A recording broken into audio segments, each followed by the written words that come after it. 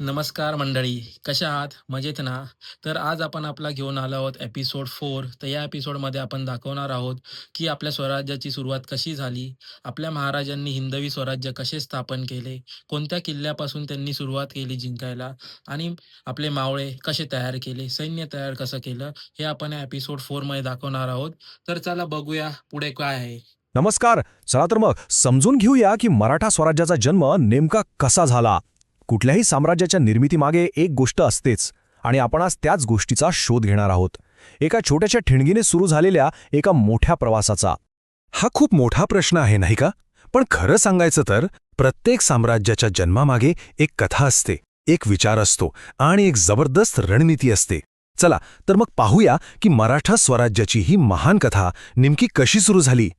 बघा ना, इतिहासातली कोणतीही मोठी क्रांती असो किंवा चळवळ, ती नेहमी एका लहानशा पण अत्यंत शक्तिशाली क्षणातून जन्माला येते. एक अशी ठिणगी जी संपूर्ण इतिहासाला कलाटणी देण्याची ताकद ठेवते. आणि स्वराज्याच्या बाबतीत ती ठिणगी पडली होती रायरेश्वराच्या मंदिरात, एका पवित्र शपथेच्या रूपात. हा तोच निर्णायक क्षण होता जिथून एका नव्या युगाची, एका नव्या विचाराची सुरुवात झाली. पण एक मिनिट, ही शपथ म्हणजे केवळ एक भावनिक उद्रेक नव्हता, अजिबात नाही. यामागे एक सुस्पष्ट, जबरदस्त राजकीय आराखडा होता, ज्यावर भविष्यातल्या एका मोठ्या राज्याची पायाभरणी होणार होती. आणि त्या आराखड्याच्या अगदी केंद्रस्थानी होती ही संकल्पना, हिंदवी स्वराज्य. याचा सरळ आणि सोपा अर्थ होता स्वतःचं राज्य, जे कोणत्याही परकीय सत्तेच्या नियंत्रणाखाली नसेल. हेच अंतिम ध्येय होतं आणि याच ध्येयाने पुढच्या प्रत्येक पावलाला दिशा दिली. एक मोठा स्वप्न पाहणं हे पहिलं पाऊल नक्कीच आहे, पण फक्त स्वप्नांवर साम्राज्य उभी राहत नाहीत नाही का? त्यांना वास्तवाचा एक भक्कम पाया लागतो आणि तो पाया रचण्यासाठी ठोस कृती करावी लागते. तर मग हा पाया रचण्याची सुरुवात झाली कुठून? एका अत्यंत हुशार आणि मूलभूत रणनीतीतून, आणि ती म्हणजे गड किल्ले जिंकणे. कारण त्या काळात हे सगळ्यांनाच माहीत होतं की ज्याच्या ताब्यात किल्ले त्याच्याच ताब्यात मुलूक. आणि हे काही असं सहज घडलेलं नव्हतं. ही एक नियोजनबद्ध मोहीम होती. आधी कोंढाणा, मग पुरंदर, मग चाकण.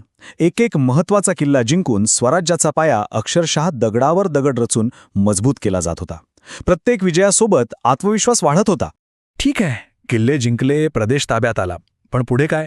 फक्त किल्ले जिंकून राज्य चालत नाही, नाही का? त्या जिंकलेल्या प्रदेशातल्या लोकांना आपलं वाटेल अशी एक व्यवस्था निर्माण करावी लागते. याचा अर्थ काय?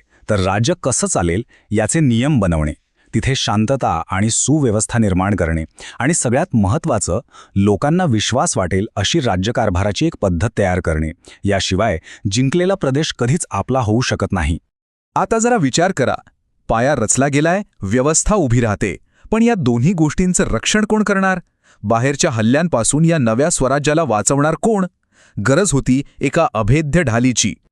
आणि ती ढाल म्हणजे एक शक्तिशाली मराठा सैन्य.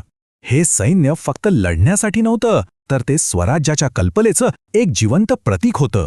जे काही मिळवलं होतं ते टिकवण्यासाठी आणि वाढवण्यासाठी लष्करी सामर्थ्य हे श्वासाइतकंच आवश्यक होतं. आता बघा, हे सगळं किती छान जुळून येतंय.